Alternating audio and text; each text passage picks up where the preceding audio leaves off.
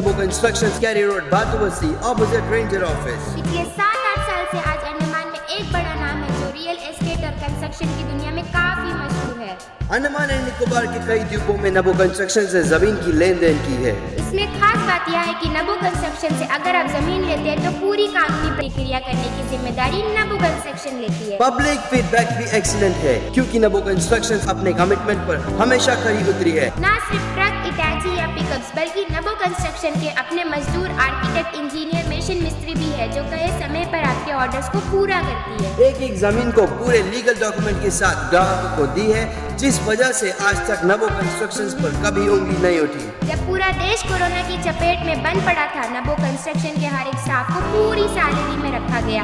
वे बेरोजगार नहीं हुए। अंडमान की लोकल कंपनी होना भी एक वजह है कि जनता आंख बंद करके भरोसा करती है किसी भी किस्म के फ्रॉड होने से। नबो कंस्ट्रक्शन से जमीन लेना देना या कंस्ट्रक्शन का काम करना यानी आपकी पैसे की सुरक्षा की पूरी गारंटी। याद रखिए, रियल एस्टेट और कंस्ट्रक्शन वर्क्स के लिए नबो कंस्ट्रक्शंस कैरी road Batubasti opposite ranger office. Arun's fertility and IVF centre. स्वास्थ्य को लेकर आज इंसान सबसे ज़्यादा परेशान है।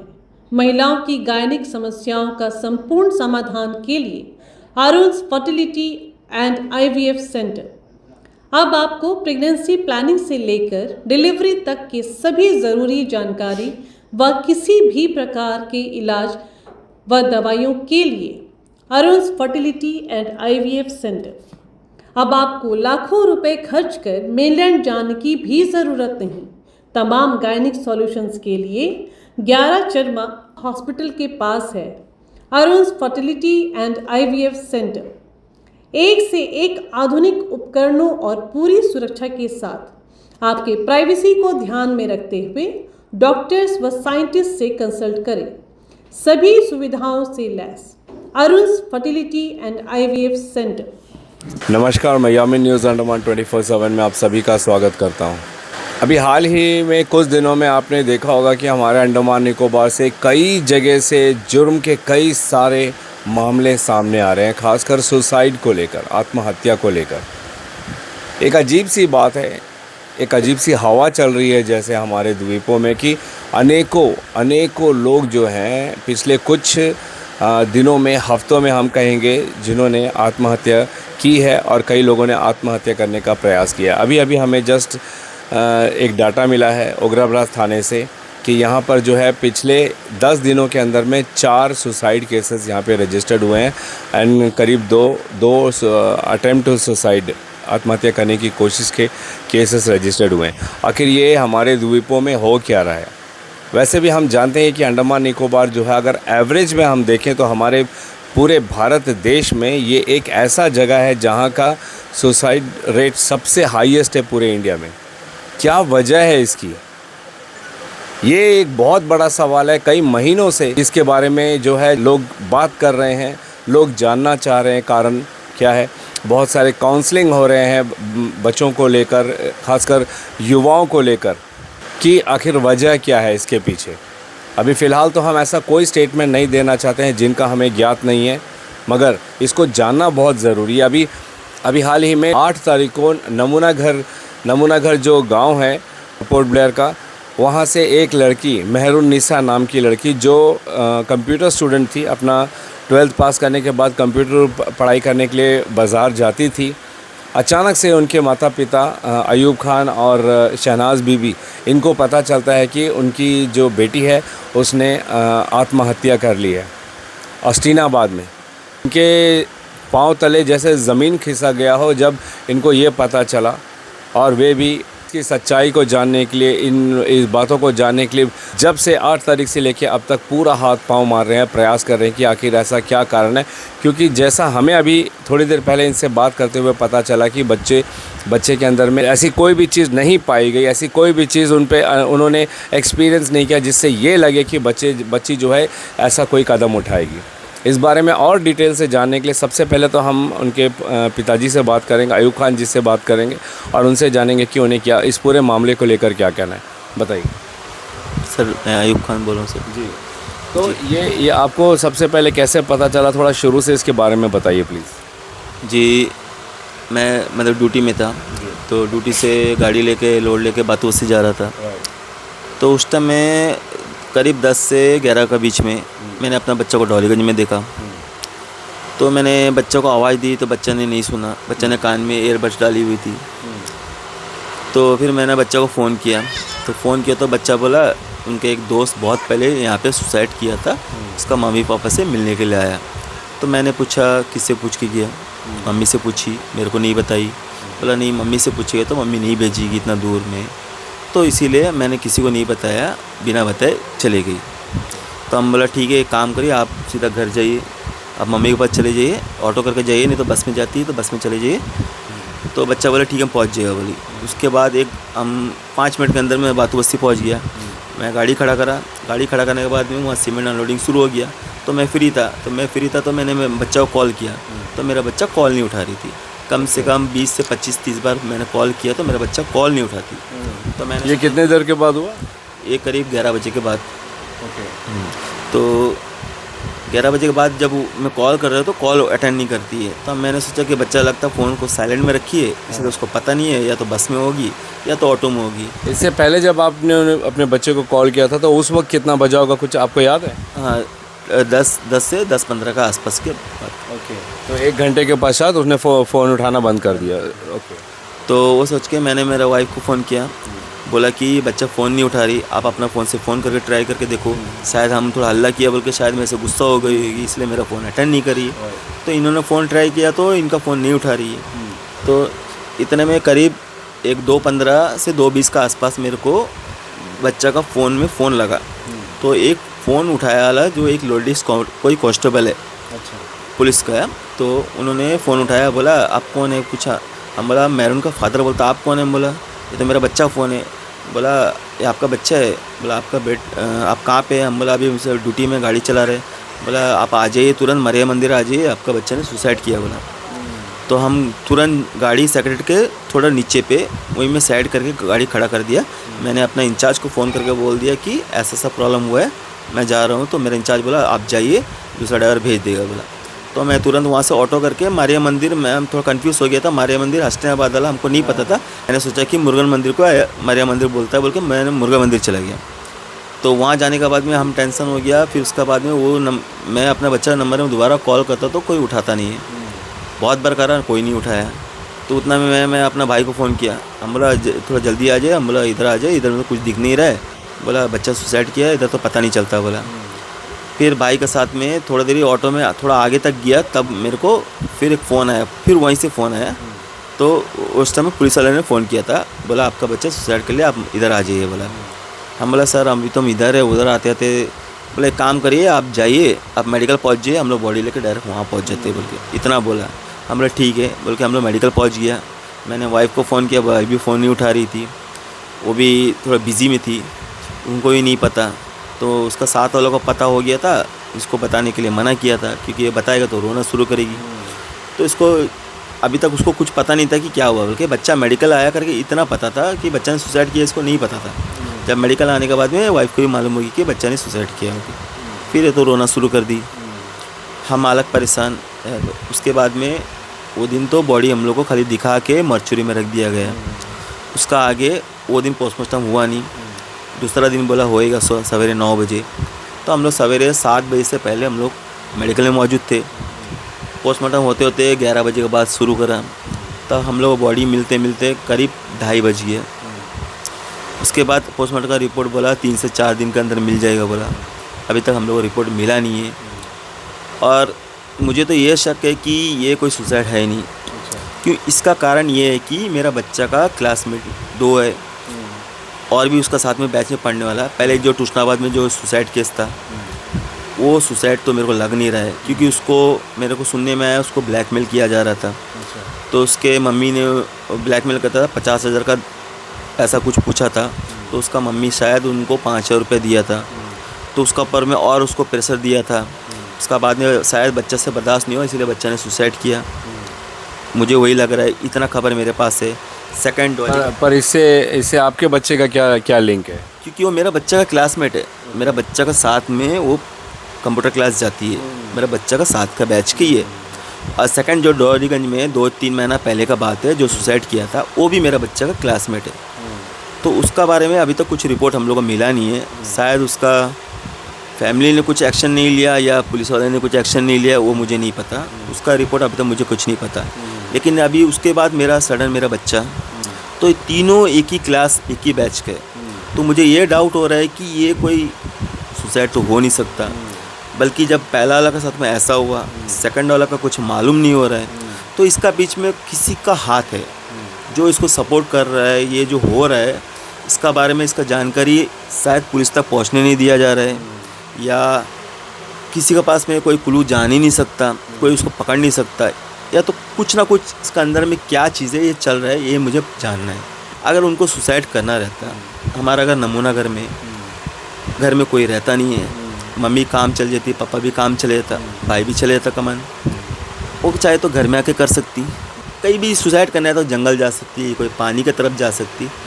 अश्टिनाबाद कभी देखी नहीं, उसको मालूम नहीं अश्टिनाबाद रोड कहाँ से जाता। आज तक तो मैंने भी नहीं दिखाया, ना उसका मम्मी ने भी नहीं दिखाया। कार्बिन बीच चलो फैमिली है घूम के आया, उतना उसको पता है। बातू बस्ती जंक्शन तक ही पता है।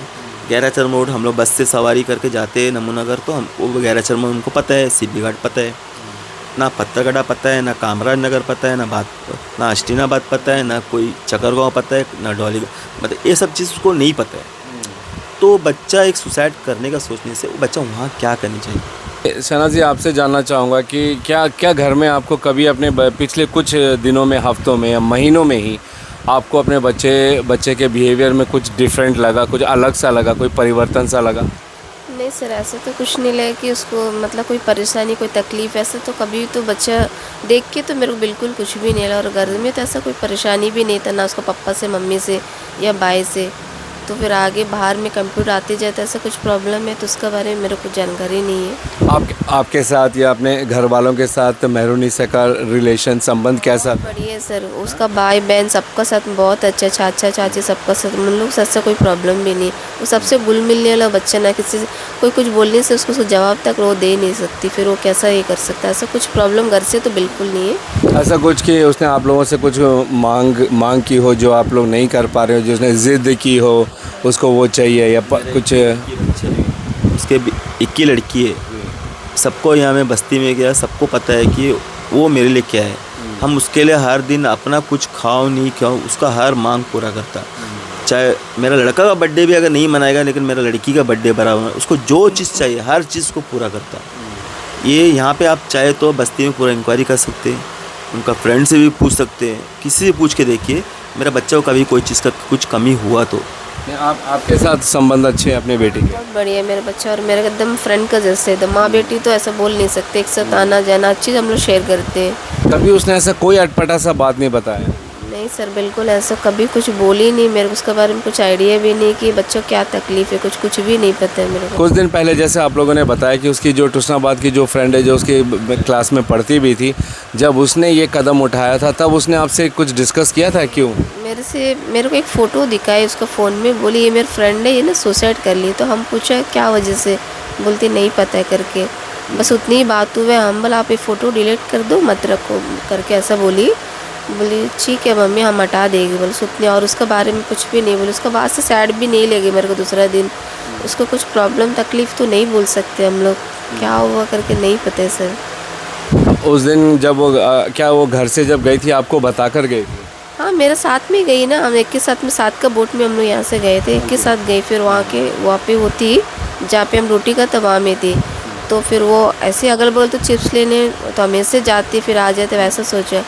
तो हम एक कितना बजे टाइम कॉल करी तो उस टाइम कॉल नहीं उठाई, फ़ोन साइलेंट कर देती मैक्सिमम फ़ोन को। बाद में मेरे हस्बैंड को कॉल आया कि बच्चे को वहाँ पे देखा है करके। तो हम बोला मेरे को नहीं पता है बच्चा क्या करने गई, क्या क्लास तो नहीं गई थी उस दिन में। तो फिर हम बोला ठीक है हम फ़ोन करके देते। तो फ़ोन करी तो मेरा फ़ोन नहीं उठाई, तो बहुत देरी से लगातार कॉल करते तो कॉल अटेंड नहीं करी। फिर हम नए नंबर से भी कॉल करे तब भी अटेंड नहीं करी। तो फिर उसका बाद में 20 टाइम एक कितना बजे बोल सकते हैं इसको, 12 से पहले आसपास का टाइम एक बार कॉल अटेंड हुआ है तो पूरा रोती थी वो। तो हम बच्चे से बोला बच्चा आप रो मत। 12 बजे से पहले आपका फ़ोन अटेंड करी थी वो? बार अटेंड हुआ है तो पूरा रोती थी मेरा बच्चा। तो हम बोला बच्चा आप रो मत, वापस इधर आ जाओ, मम्मी आपसे बात करेगा। बोले उसके बाद फ़ोन कट गया, उसके बाद और मेरा बात नहीं हुआ है इससे। कुछ नहीं बोला उसने, सिर्फ रो रही थी और कुछ भी नहीं बोली? कुछ तो हुआ है सर, मतलब घर से तो नहीं, बाहर में ऐसा कुछ हुआ है। तो मेरा बच्चा ऐसा जल्दी करके रोती नहीं है, अभी बाहर क्या हो नहीं है कुछ पता ही नहीं इसके बारे में। और जो बोलते हैं कि बच्चा अपना से सुसाइड कर लिए करके, वो तो हम तो कभी मानेंगे नहीं कि बच्चा सुसाइड करिए करके। कुछ तो ऐसा कुछ हुआ है बच्चे साथ गलत हो क्या, कुछ नहीं पता है सर इसके बारे में। कैसा कर सकता, मुझको तो यकीन नहीं होता है कि मैं नहीं कर सकता, मानेगी ही नहीं किसी भी हालत में। फिर आप लोग कह रहे थे कि कुछ उसने कुछ सुसाइड नोट भी लिखा था इसमें ऑनलाइन। देखिए उसका जो इंस्टाग्राम का जो आईडी है वो फ़िलहाल कोई यूज़ कर रहा है, क्योंकि आप कैसे कह सकते हैं? क्योंकि कल रात को भी 10:30 से 10:30 के बीच में मैंने अपना लड़का फ़ोन में, हम लोग पूरा चेक कर रहे हैं, पूरा इंक्वायरी हम लोग भी कर रहे हैं कि क्या हुआ नहीं हुआ, किसको कुछ इंस्टाग्राम में कुछ डाली नहीं डाली बोल के। तो हम लोग नेट ऑन करके इंस्टाग्राम में देख रहे थे, तो सडन उनका फ़ोटो, उनका जो भी कॉल रिकॉर्डिंग, जो भी मतलब किससे बात किया, जो भी कुछ मैसेज वगैरह, वो सडन डिलीट हो रहा था कल रात। आपकी बच्ची का जो मैटर है वो परसों हुआ था, परसों हुआ था, लेकिन और कल रात को डिलीटिंग कल उसके अकाउंट से डिलीट होना शुरू हुआ। होना शुरू हो गया। तो रात ही को मैंने पाड़गांव थाना में फ़ोन करके ये चीज़ को बताया कि ऐसा हो रहा है। तो उन्होंने बोला ठीक है हम लोग एक्शन जो है हम लोग देख लेंगे, बोला इतना बता के हम लोग फ़ोन कट कर दिए थे। क्योंकि अभी सडन कोई डिलीट कर रहा है बोले से इसका पीछे किसी ना किसी का हाथ होगा। अब जब बच्चा का आईडी उसका पास है, क्योंकि उसका आईडी यूज़ करके जो उसने सुसाइड बोलता ना, जो सुसाइड तो है ही नहीं, उससे पहले कोई ऐसा लिख के भेजेगा कि मेरा आत्मा को शांति मिले, गुड बाय लिखेगा, ठीक है मानता। कोई अपना सुसाइड में ये लिखेगा कि मेरा आत्मा को शांति मिलना, ऐसा आप सोच के बताइए। ये आपके बच्चे ने अपने अकाउंट में लिखा था? हाँ, बल्कि जबकि वो ऐसा लिखी गई नहीं। आप बताइए ऐसा लिख सकता है? नहीं लिख सकता। ये कोई ना कोई तो उसका आईडी यूज़ करके वो लिख के भेजा है ताकि ये चीज़ लगे कि वो एक सुसाइड है, मर्डर ना लगे। अगर मर्डर होता, ठीक है, मर्डर स्पॉट में मैं नहीं पहुंचा, ठीक है, मैंने फ़ोटो देखा है पुलिस में, तो फ़ोटो में अगर एक इंसान सुसाइड करेगा तो जो ओढ़नी से करा बोला, ओढ़नी यहाँ पे रहेगा, गांठ यहाँ पे रहेगा, लटका वहाँ पे रहेगा। जब मैंने फ़ोटो में देखा गर्दन ऐसा है, गांठ यहाँ पे, ओढ़नी ऊपर पाइप में, यहाँ पे गांठ है, तो अगर यहाँ पे प्रेशर लगे तो आदमी का डेथ हो सकता है? नहीं हो सकता। दबेगा, ये चीज़ दबेगा तब तो आदमी मरेगा, यहाँ पे दबेगा तो आदमी नहीं मरेगा ना। ये मुझे सुसाइड नहीं लग रहा है, ये इसका पीछे मर्डर ही है, जितना मेरा अंदाज़ा है। क्योंकि पहले भी 2 बच्चे, इनका जो क्लासमेट है 2 बच्चे के साथ में ऐसा हुआ है, उनको भी सुसाइड करार दिया गया है कि क्या है मुझे नहीं पता, लेकिन क्यों वो 2 बच्चा भी इसी का बैच का है, इसी का साथ में पढ़ता था, उसका साथ में ये हुआ। अभी तीसरा में मेरा बच्चा है, आगे और कौन है मैं नहीं जानता। तो मतलब लड़कियां यहाँ पोर्टब्लेयर में सेव नहीं है। सरकार बोलती है कि बच्चे सेव है दिन, और ये भी कोई रात को हुआ वाला चीज़ नहीं है, दिन दहाड़े हुआ, 1 से 2 का बीच में हुआ वाला चीज़ है। तो ये चीज़ में हम किसको ब्लेम करें आप बताइए? पुलिस को बोलेंगे पुलिस अपना काम कर रही है, पब्लिक क्या कर सकती है? अब कोई आगे आएगा नहीं। अब आगे किसको आना? एक बच्चा का माँ बाप ही आगे आएगा। हम एक बच्चा का माँ बाप है तो हर घर में एक लड़की है, उनका भी घर में एक बच्चा है, लड़की बच्चा है, कल को उनका साथ भी हो सकता। अगर उन लोग आगे आके मेरे को सपोर्ट नहीं करेंगे तो ये बात हम आगे तक कैसा पहुँचाएँगे, कैसा बताएंगे कि ये कल को उनका साथ भी हो सकता है? मेरा बच्चे ये डेफिनेटली जांच का विषय बनता है, क्योंकि जिस तरीके से अभी अयूब खान जी और शहनाज जी ने अपने बच्चे की इस पूरे बात को बताया, डेफिनेटली हमारी पुलिस डिपार्टमेंट जो है उन्होंने भी इनसे स्टेटमेंट लिया होगा कि कब क्या हुआ, कैसे हुआ, आखिरी बार किससे बात, बच्ची से कब बात हुई, क्या क्या बातें हुई, ये सारी बातें उन्होंने पुलिस स्टेटमेंट में भी डेफिनेटली रिकॉर्ड करवाया होगा। अब ये बात यहाँ पे ये आ रही है कि अब तक जो इन्हें पता चला है सब यही सुनने मिला इनको कि ये सुसाइड का मामला है, मगर किसी भी तरीके से जो है शहनाज जी और अयूब खान जी इस बात को मानने को कतई तैयार नहीं है कि ये किसी भी तरीके से सुसाइड का एंगल है, क्योंकि इन्होंने कुछ चीज़ें नोटिस की है। जैसा अभी अयूब खान जी कह रहे थे कि अगर कोई इंसान लटकता है, अपने ऊपर फांसी लगाता है, तो यूजली जो है गांठ, जिस चीज़ से वो अपने आप को लटकाता है उसकी जो गांठ है वो गर्दन के पीछे रहती है। ये बहुत ऑब्वियस सी बात है। तो प्रेशर जो सामने की गले के जो हड्डी होती है इस पे पड़ के इंसान की जान जाती है। मगर जो उन्होंने देखा, उनका कहना है कि जो गांठ है वो सामने की तरफ था। तो ये कैसे, क्या पीछे की हड्डी पे ज़ोर पड़ने से, गर्दन की पीछे की तरफ ज़ोर पड़ने से इंसान की जान जा सकती है।